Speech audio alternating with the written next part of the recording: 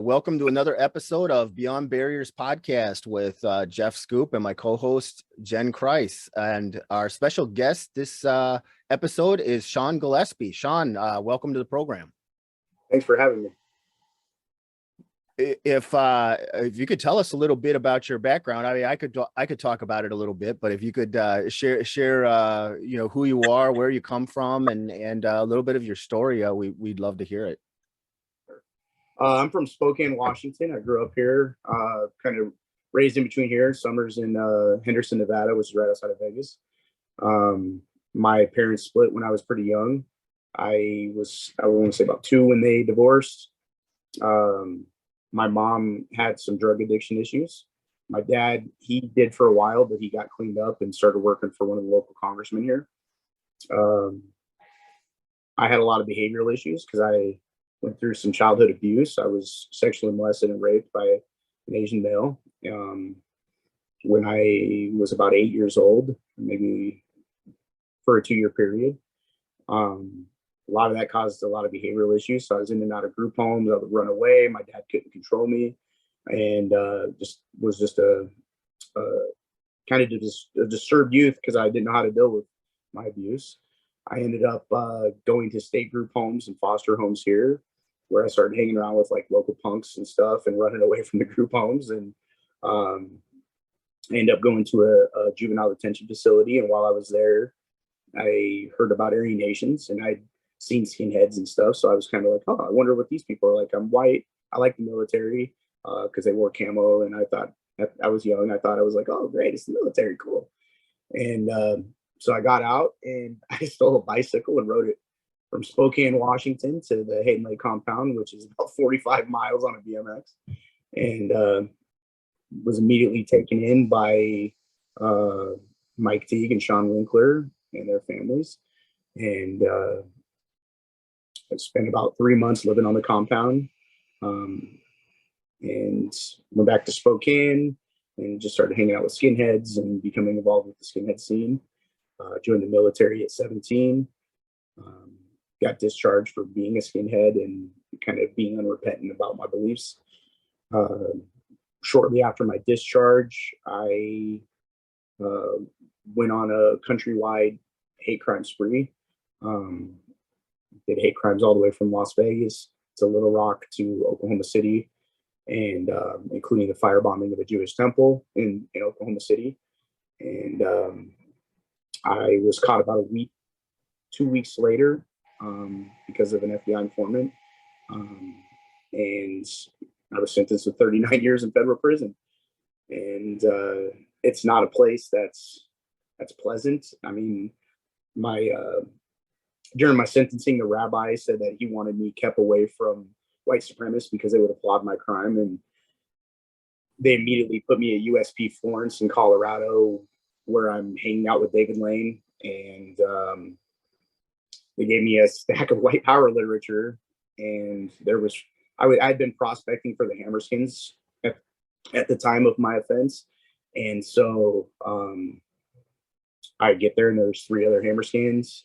And there's no consequences for violent behavior in federal prison as of that time period. I think the system's kind of changed. It's geared more towards rehabilitation now. It still has a long way, but back then it was just, hey, do what you want.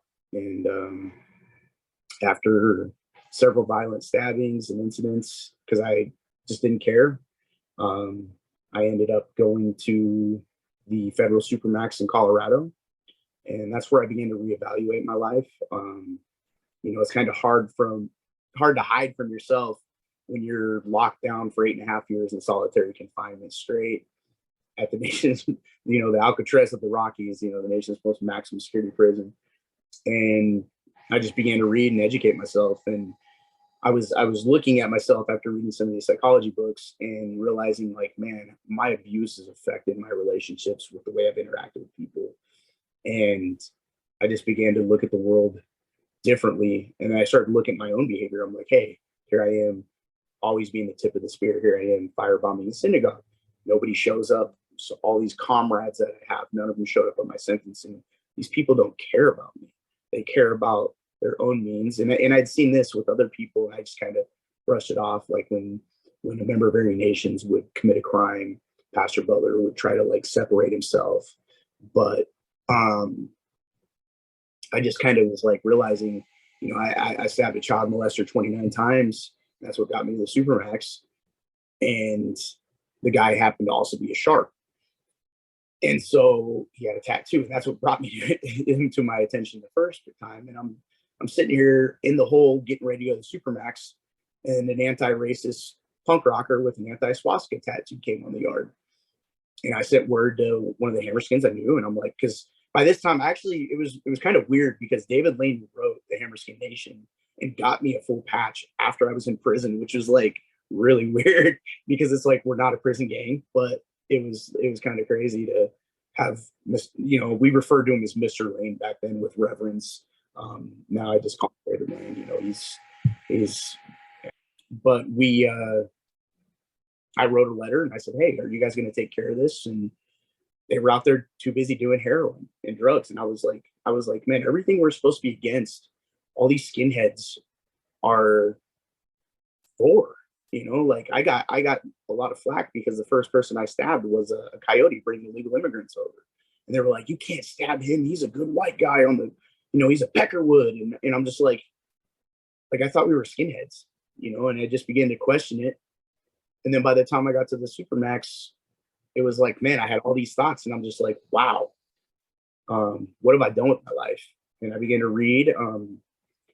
One of the first books I read that really kind of made me question race was Nelson Mandela's Long Walk to Freedom.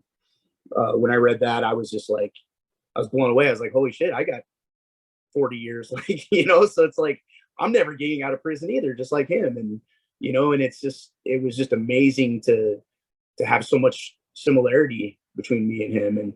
And I liked fighting. He liked fighting. You know, he was a boxer. And I didn't think I was getting out. And I reached out to a few organizations that were anti-racist organizations. I wrote a couple organizations. I wrote the NSM. I was in contact with Cynthia Smith and of NSM. And, you know, I wrote them in 2008, 2009 and said, I'm done with the movement. And never heard anything back. Began reaching out. One of the people who actually reached out to me, and I'm still friends with to this day, is Daryl Jenkins from One People's Project. Daryl Lamont Jenkins is he's good people, and me and him had our issues because when I was a member of Aryan Nations, I sent him a picture of me with a AK-47 and said, "Come, here's my address. You know, I'm not afraid of any of you." And this is the first guy that really wanted to forgive me. And we corresponded for quite some time, and I got a lot of flack. I mean, even these prison gangs like Aryan Brotherhood, you know, they're not really racial. They're more prison racial. I think there's a difference because they're more about drugs and protection while they're in prison. And the Aryan Brotherhood, actually, their top 3 guys were Jewish. So it's actually kind of surprising, you know, but a lot of flack for these supposedly racial gangs that I'm a race traitor. I got called everything from race traitor to, excuse my words, nigger lover. There was active death threats on me. And you know, I ended up spending my the laws started changing.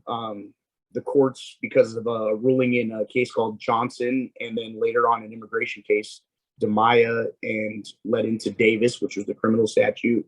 They invalidated my count 1. So I was able to spend the last 3 years just studying in the law library. And it was right after a really low point. You know, I had 40 years. Here I am having to serve a 40-year sentence for a cause I no longer believe in. That when I was arrested, I told the FBI, I mean, I had the 302s where it was like, I will spend the rest of my life for my beliefs. When they sentenced me to 39 years, I gave a Nazi salute in the courtroom. And, you know, I was very dedicated, and having to live with that, and being at the Supermax after 8.5 years, I tried to end my life, and it was just a bad point in my life. The laws started changing. I started spending time in the law library and started getting a lot of psychological help from the prison psychologist to kind of identify where my head was. And in 2020, I was actually found innocent on my count one. The Supreme Court invalidated the residual clause of Davis, and they took 30 years off. So I went from having a 40-year sentence to overnight. The guards just showed up and said, "You have 2 hours to leave the prison." I had boots tattooed with red laces on my face. I had the Afrikaner Corps, Blood and Honor 777s on my chin.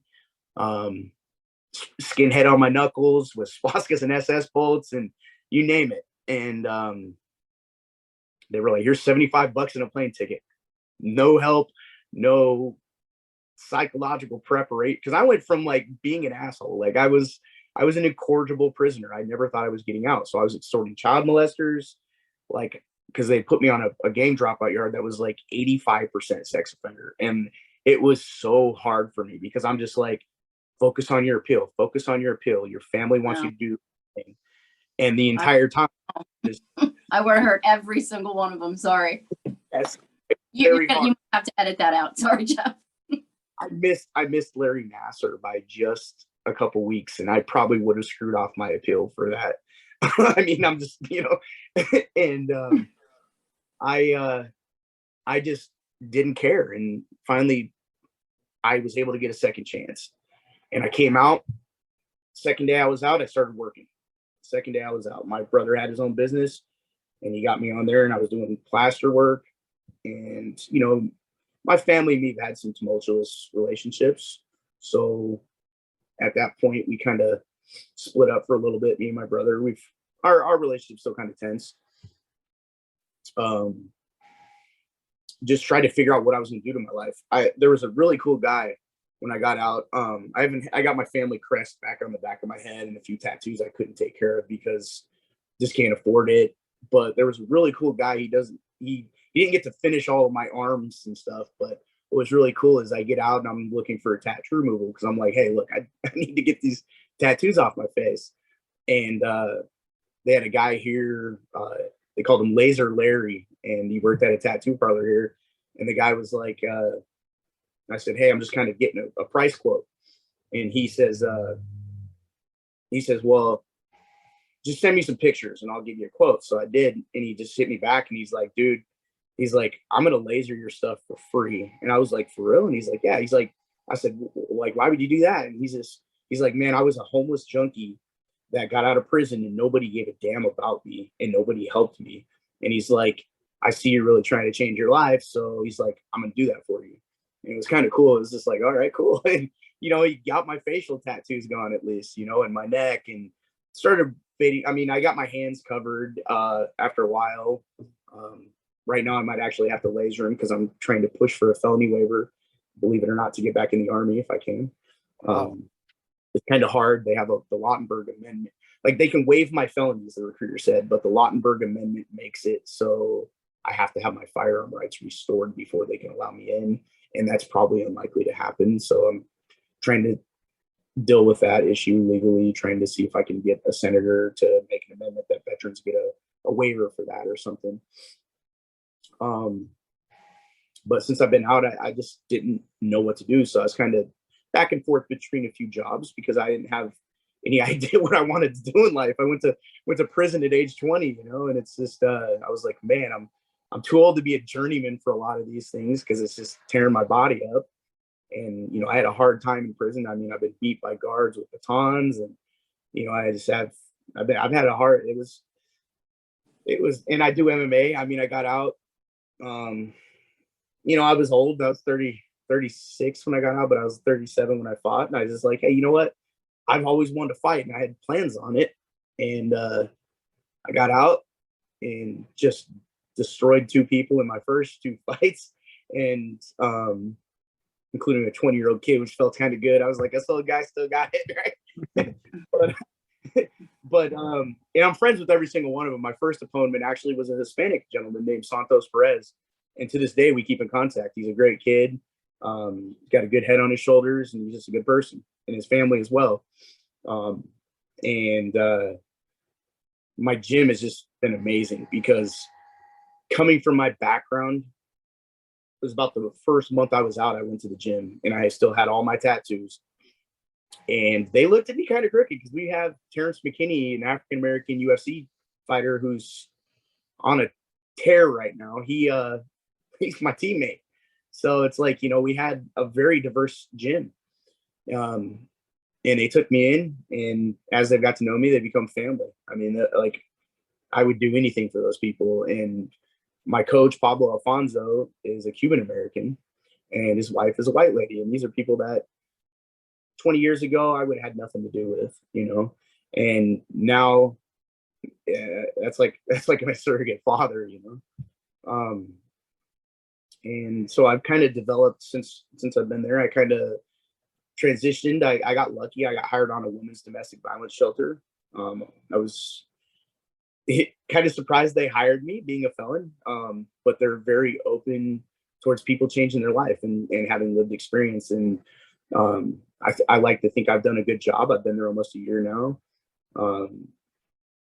I enjoy it. I've helped a lot of people. It's been a different career path than I would have thought, and at times can be emotionally taxing to see some of the way, when you see a woman come up and she's been just beaten to where she looks like the Elephant Man, and you see women who are being raped. It's not pleasant. But I like to think I can give some type of comfort to them, and help them adjust their lives as they need it. So that's basically where I'm at now. That's incredible, Sean. You just like knocked out most of the questions I had for you. But holy cow. It's just incredible, your entire story, and then what took place. And I just was going to ask you, not what year, but how old were you when you rode your bike out to Aryan Nations? Do you remember? 15 years old. 17? 15. 15. And what year was that? 1999. Yeah, I made it. I'm much older than you. I'm wondering because I hung out and stuff with a guy named Sean and a guy named Sam. Sean was from Montana, right? One of the Montana front working class. No, I think he was from Spokane. My wife knows, like, my wife actually was a skinhead as well. We actually married before I went to prison, but she too has left the movement, and she just yelled his name. She's like, Sean. So, that's another aspect. When I got out, that was very helpful. I forgot to add as well. I got lucky because, I didn't expect. The last conversation I had with my wife was not a good one. I was at the Supermax. She was dating and remarrying a skinhead that after she left me while I was in prison that I introduced her to. And I got told I was a nigger lover and a race traitor. And it was a very hard conversation.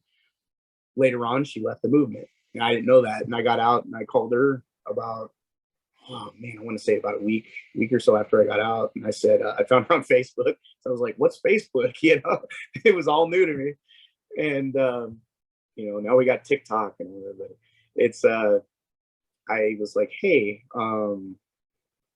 like, do you have any of my stuff? And we fell back in love again, and we've been together ever since. And, they were on the rocks, and, he was a Golden State skinhead. So, that she was ready to get away from all that stuff as well. And we've created a life together. And I mean, it's a crappy 1968 double wide, but I've completely redone it with laminate floors and whatever bronze fixtures. So I got a house and we're about to sell it.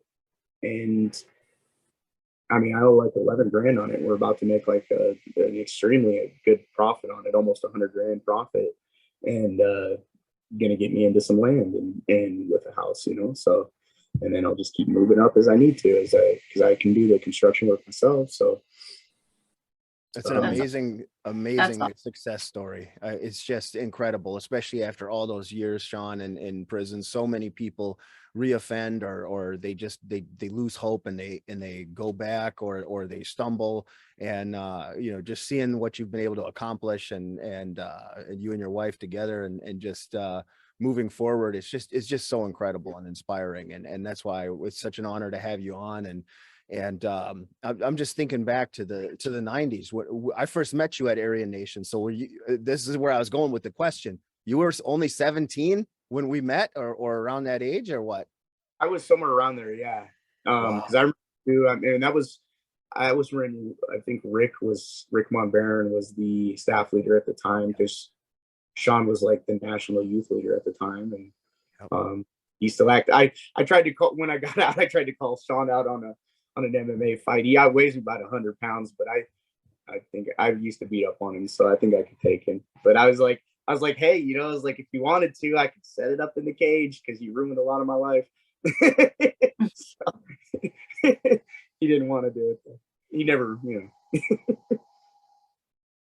But yeah, it was a different time, and you know, I still have mixed feelings because I have, like, I was filming the documentary we did for Paramount Plus, and I got to go to the old compound, and it was really weird because I have like mixed feelings because it's like so much of our life has been destroyed by what I learned up there, but I had a lot of great experiences up there. I mean, it's 25 acres to play in when you're a kid, you know, and it's just like, it's really hard. And it's like, even Pastor Butler, it's like, he was always nice to me, you know, and and he's done a lot of evil stuff, but he was really nice to me. So it's kind of hard to see that duality of like mankind, of like how we can be so terrible but do so many good things. And you know, it's just kind of weird. It's kind of like Hitler. It's like he did so many bad things, but if you see his interaction with like his dogs, it's like, here's like a guy who's a human being. It's like, how is this evil person a human being? And it's hard for people to really kind of like wrap their heads around that. I've seen, you know, and there's a lot of psychology to unpack there. I mean, I think that's a lifelong learning type of thing. And I was going to ask you too, and I don't want to keep hammering on this issue, but I just imagine, I can't imagine even just being all those years in prison and having that amount of time. And I guess my question on that is that feeling of hopelessness, like, you know, and that you were able to do that change in prison, surrounded in that environment that you explained. Yeah. How difficult, like, my gosh, like for us, our process, we were on the outside.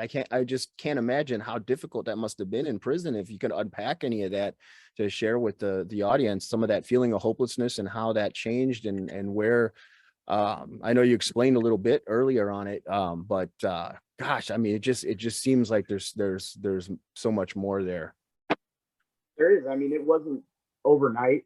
You know, a lot of it, having like the solitary confinement at the A.D.X, it was like a double-edged sword, because like it was very hard to deal with being alone. Like, I used to actually, like, because you know, we're human beings, we like to be touched, we like, even if it's just a you know, a little bro hug or a handshake. And I didn't have that. So like, there was times when I literally would destroy myself just so the SORT team could come in and do a cell extraction and beat me up, because I needed to feel some type of human contact. And one good thing, so you had that negative aspect of it, and then the other good thing is I was able to have an incredible amount of time to study. Like, I read just like, if we would have had college courses, I would have a PhD while I was there. I mean, I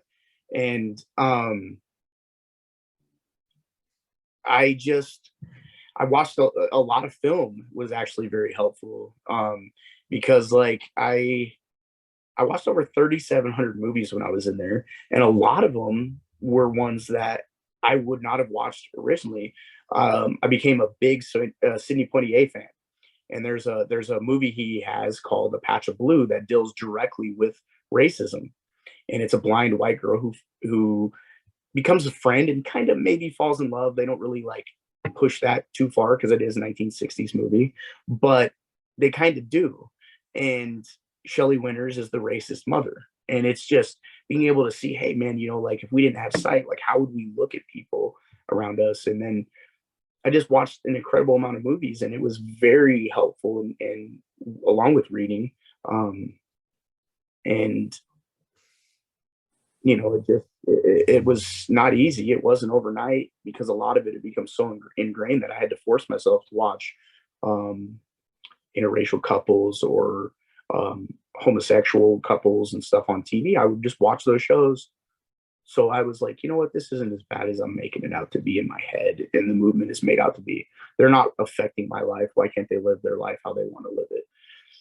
And I'm not perfect. I know it may seem like I just done everything right, but I struggle all the time. There's times that my relationship with my wife is rocky, and we go to couples counseling to fix that, just because we're not.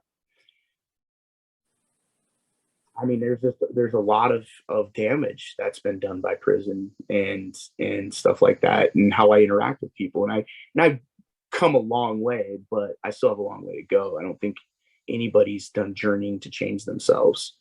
I try to do my best to make every day better. And it's I don't know, it's kind of hard to explain. It was a long time. And I mean, I was in for 16 years and 2 months, and out of that time I spent probably 13 plus in the hole or in solitary confinement by myself. Probably the majority of it in solitary.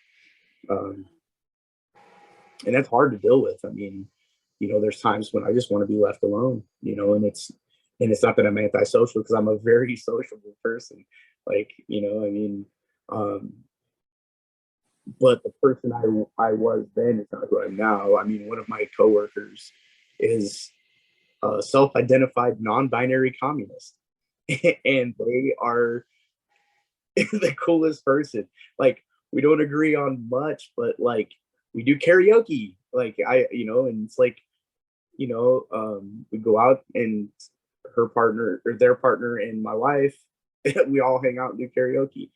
And I don't agree with her, because I'm still conservative, but I'm still working on the pronouns, because that's something that's changed since I got out of prison. And as part of my work, we deal with non-binary trans people at the shelter. So it's something I still work on. But like, we care about who each other are as people, not our political beliefs. And I don't think there's much of that discourse in America now, because it's either you're a Democrat or Republican. Like, even my family, it's like, my family's Trump supporters, and then I have one liberal Democrat, and they hate each other over their political beliefs. And it's like, what happened to just being family, and caring about each other? It's like, you can't even come together 1 or 2 holidays a year. You should just put that aside and just love each other, and that's something that was hard for me coming out in 2020, was just the political culture is different. There's a lot more sensitivity in the current generation than there was in my generation, even amongst the homeless. It's like, when I was homeless, it was like, shut up, deal with it. And it's like, now it's like, oh, we need therapy. And it's like, what? Like, dude, like, okay, and it's probably a combination of the two is probably a good thing, but I don't know. It's just been an interesting journey. Jen, did you have any questions? I'm really honestly not easily impressed. And your story is amazing. I'm really glad you brought him on, Jeff. So I would assume that, what year did you go into prison? I went in 2004. 2004 to 2020. That there was, think about how much difference, and just in, like he said, the political environment, everything, it just in society in general within that time. Were you worried when you were coming out that anyone would recognize you? No, not anything about that. Like, I think most of the movement's about talk. I mean, I don't think I've ever felt any fear of my life for leaving the movement, especially now. It's like, talking to Daryl from One People's Project, it seems like the movement's different. I mean, the fact that there's people who are like openly gay in some of the alt-rights, I'm just kind of like, like, you're in the movement, like, no, it's kind of different. And I just don't want to live my life like constantly in fear. And I don't think that I know when I got out, still having racial tattoos, I was very, because like we were in prison able to watch the news, and I'm like, oh, George Floyd, there's riots, like there's people going to come up and start stuff with me. And honestly, when I got out, I've only had one person that has like questioned me when I still had my tattoos. And it was actually, it was a white lady with dreadlocks who was at a KOA, and her husband owned the KOA. And I came in and I was going there. I was having a family thing with my brother for, I think it was 4th of July. And we went in and I was checking out at the stand, getting some supplies. And she's like, that's a pretty bold statement. And she looked at the swastika on my hand, and I'm like, oh, like finally somebody, and it took about a year. So I was kind of like, finally somebody's asking me something honest. And I explained my life and I explained my change. And it got to the point where she wanted to invite me to dinner with her husband. And so it's like being able to have that dialogue. And she's like, that is amazing that you've changed. And like, it's pretty, I kind of liked it because it gave me the opportunity to explain myself. Because I mean, I had got looks, but nobody was ever bold enough to say anything. And it kind of made me, it's like, I can see you looking, I can see you're upset. Just give me a question, like treat me like a human being. Don't look at me like, and because that's not what we do in prison. It's like, you got to promise someone like, what's going on? You got a problem? It's like, it's a different environment. It's like, oh, you do? Okay, well, let's go in the cell and we'll deal with it. And you're going to talk about it, you're going to fight about it. And so having this like society, I expected more pushback, but honestly, people have been very open, including people that I disagree with. Cause like, I don't agree with everything the Black Lives Matter movement does. It doesn't mean I don't care about Black lives, but it's just, I with some of the political leaders and stuff, and what I see is division in America, but that's my belief. I have my coworkers that I would take a bullet for, and a lot of them are on the total, like, I'm probably the only conservative at my work. I mean, I work with a bunch of really cool women, and now another man, at the shelter. And it's just, I treat them just like I would everyone else. So, they're good people. Life sure is different than before too, not being able to see that humanity in others. And that's what I'm hearing from the story, is that having that dialogue and just that what you shared with us about the lady at the KOA. Look at the dialogue and how that, like, you were waiting for someone to say something, and then it turned into this wonderful conversation, and it opened up hearts and minds, and we do need more of that in this country. And that's one takeaway, I think, from anybody that's listening to really take to heart and have those conversations. And just as Sean said, we don't have to agree on everything. I mean, that's the problem in the country right now, is that people won't talk, they won't have those conversations. And I tell you, if someone coming from the background that you came out of, and all the trauma, Sean, and everything you went through, for you to be able to come through like that and be this success story and be so honest about it and everything, it's incredible. And I really hope a lot of people take that to heart and listen. Well, and if you juxtapose that reaction to 20 years ago, if somebody had commented on my tattoos or my flight jacket or laces, just the way the reaction was different. And I know I've seen you talk about it on one of your podcasts of, punching somebody's not going to get them to change their mind. And It's like 20 years ago, I would have been like, you got a problem with it, and I would have said something to them. And just having that interaction where I had like a crossroads there, I could have been very defensive and caused more issues, but actually explaining myself brought it to open dialogue that led to a good, and not every dialogue is going to be a good outcome. I mean, let's be honest. You're gonna have people who just don't accept change. Like I've had pushback, like I said, at some of the local universities of students that don't want me there. I mean, the students felt unsafe, and I don't understand it because I'm talking about the same stuff that you agree with, but not having that dialogue is the same as just letting that stuff continue. And I think you have to work together, and I just hopefully there's opportunities here at some of these universities in the future where they're more open to change. I spoke at the Human Rights Education Institute in Hayden Lake, or in Coeur d'Alene rather, back in March or April, and we had a really good interaction in the community, including several people that were victims of hate crimes from Aryan Nations, an LGBT couple.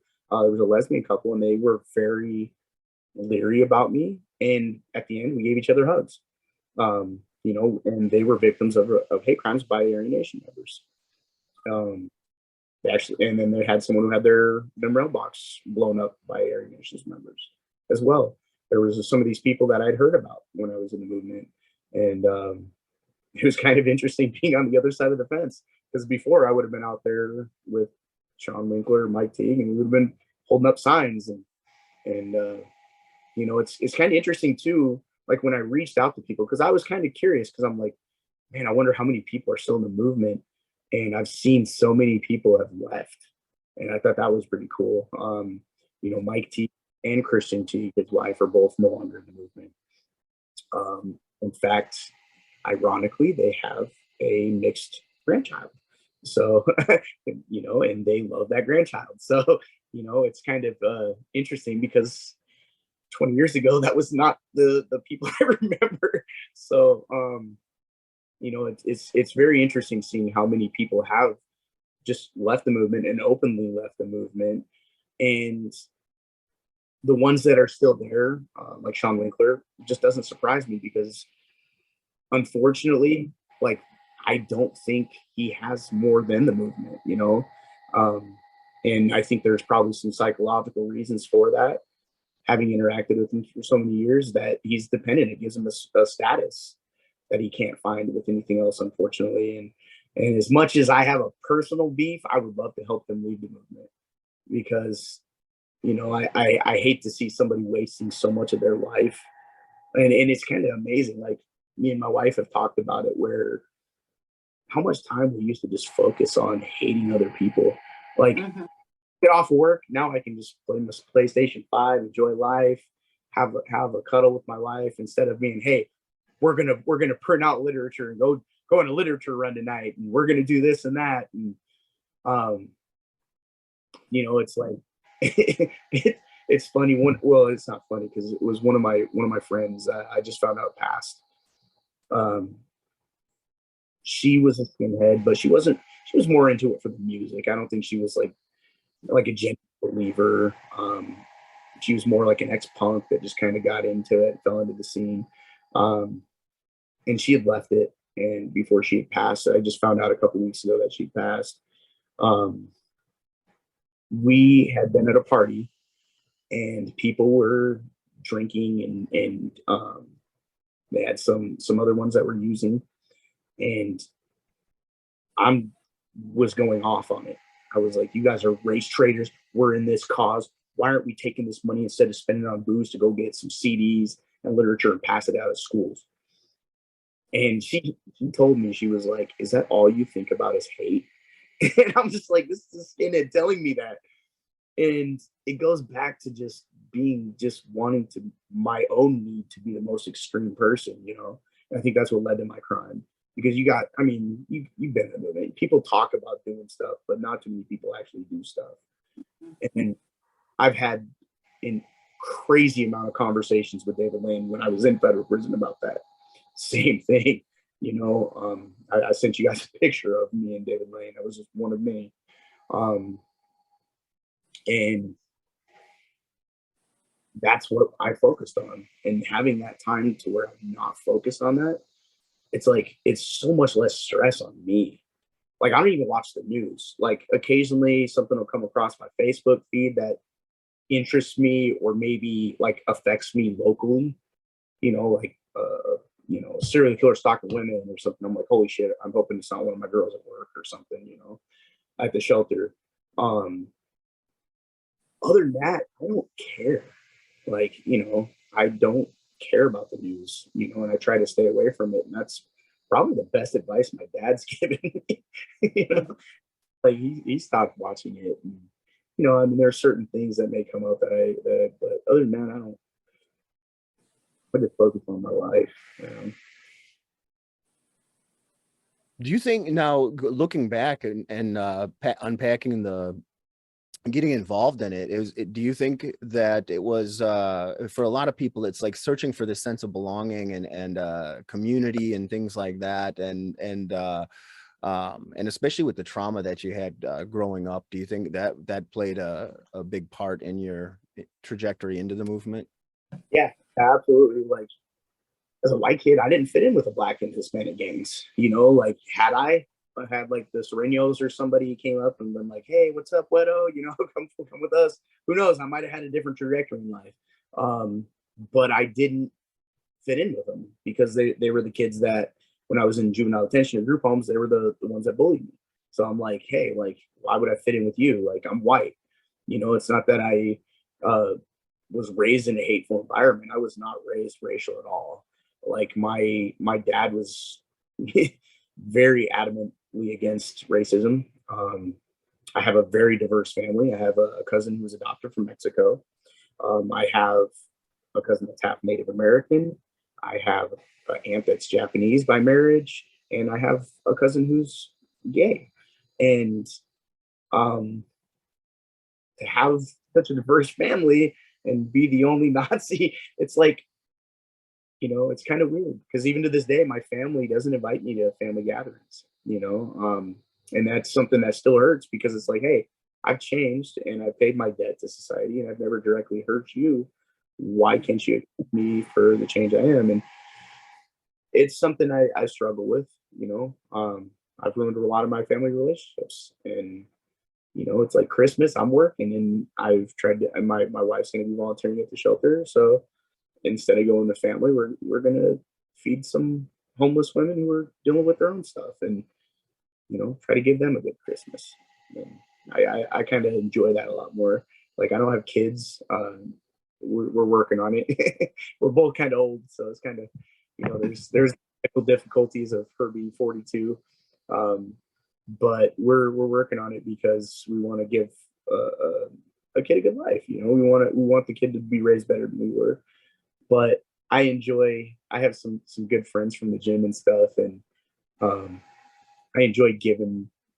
I bought a bunch of presents already, and it's like I could be selfish and spend all the money on myself, but I'm really enjoying getting some of these guys, because like one of my best friends, Bryce, is a great father, great man, hard worker, but he got laid off because the company couldn't afford to keep him in this economy, and he's like, I couldn't afford Christmas, so I went out and bought him some presents. And I'm not putting my name on it. I'm not putting Santa. I'm putting Bryce. And I'm putting from Dad, because I want his kids to know that he loves them and he's a good dad, and he is a great dad. So, like, it feels kind of good to do that, because I'm all excited right now. I'm like, yay! Awesome. So, but I enjoy this. I mean, it's just weird. Like, there's times I find myself, camping and stuff like that, and it's like, really, like, I can go camping in North Idaho right now. It's one of the most beautiful woods in the world, and it's just like, it's amazing, just going up there and it's weird because these are the same places I went with Aryan Nations up at Hayden Creek, but it's like I go up there with a different mentality, and I have a lot more fun. I'm not up there to fire rifles, or I'm a felon anyway, but I'm not up there to fire rifles and train for RAHOA or something like that. I'm training for, hey, I just want to go up and have fun and have a couple beers and, see if we can put our feet in the creek. It's like, it's just enjoy life. And, so. Life is so much better without that heavy baggage of hate and racism and just that polarizing mentality, isn't it?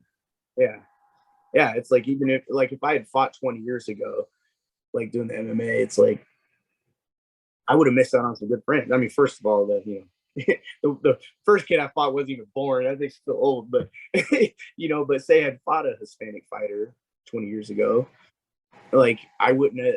It's like it's on YouTube. Like when I beat it, and I dominated him, and he's a good kid, and I think he's evolved as a fighter since our fight. But it's like first thing I did was get up and give him a hug. After I got off on top of him, it was just like, thank you. You gave me a fight. You gave me unfortunately, I got a little bit of addicted to fighting. I wanted one. I was like, oh, just one, and then it's like, I want more. And I'm kind of on a losing streak right now. But my last two fights, I cut 23 pounds in 2 days to fight for a title. On short notice, hadn't been to the gym, just got over COVID, and my brother had died. So it was like I just needed to get some emotions out, and the weight cut did not. Yeah, I think I could have done a lot better. I got in there and I felt like a 12-year-old holding a grown man. I was like, usually I like to wrestle because that's my favorite. So it's like usually I'll just pick someone up and dump them, and I got to hold them. It was like, nope, I don't have the strength. I lost 23 pounds in 2 days. And then the other one I took on an 8-hour notice fight, was winning the fight, and got caught in an arm bar and had my arm popped out. So in an arm bar, but I think me and him are going to fight again. And both of them are my great friends now, so it's kind of interesting because this last Friday or Saturday, a couple days ago, I got to go to the fights, and I saw the dude I fought, and we haven't seen each other for a while. And we were talking about the arm bar, and he's like, dude, I was so scared because you hit hard. I see you fight. And I was like, I didn't want to get hit.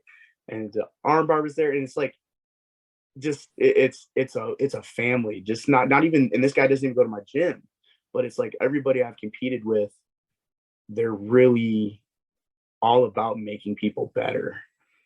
And that's why I like MMA. And I know some people may find that in rock climbing or whatever, whatever your hobby may be, but mine just happens to be MMA. And I'm getting to the point where my body's telling me, stop, you're old, but I'm starting to transition to keeping with that community. But I've done ringside commentating for the last about the last year almost.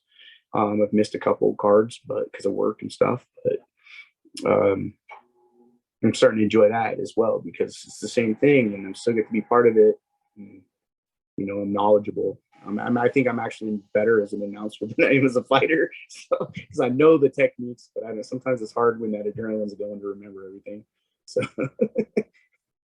that's awesome. Well, hey, thank you so much, Jen. Unless you have any final questions, or Sean, if there's anything else you want to talk about. I did want to say something about like my views real quick, because I think it's kind of important. No, don't rush. You got all the time you want, Sean. There was a time when I first got out, and this goes to having a good woman that I love. When I got out, I wasn't. I want to say it was like 2 or 3 months after I'd been out. Already had a really nice, badass Mustang. Like I was doing well, and I kind of gave up for a minute. So it's like everybody thinks life's perfect, and it took me 15 minutes, even though there's a police report from when I was a kid, to find the guy who abused me. And I was still struggling when I got out. And having such a good woman stopped me from making a mistake. And I think like this is important for like abuse survivors, is I drove all the way to the guy's house, and I had a baseball bat. I had every intention of just going after the dude. And 2 things stopped me. A, the guy who abused me had his children outside on the front yard, and I was like, I'm not going to traumatize those kids. And B, one thing that's really stuck by me in having such a great woman is Brandy was on Bluetooth and was on my car telling me, stop, turn around.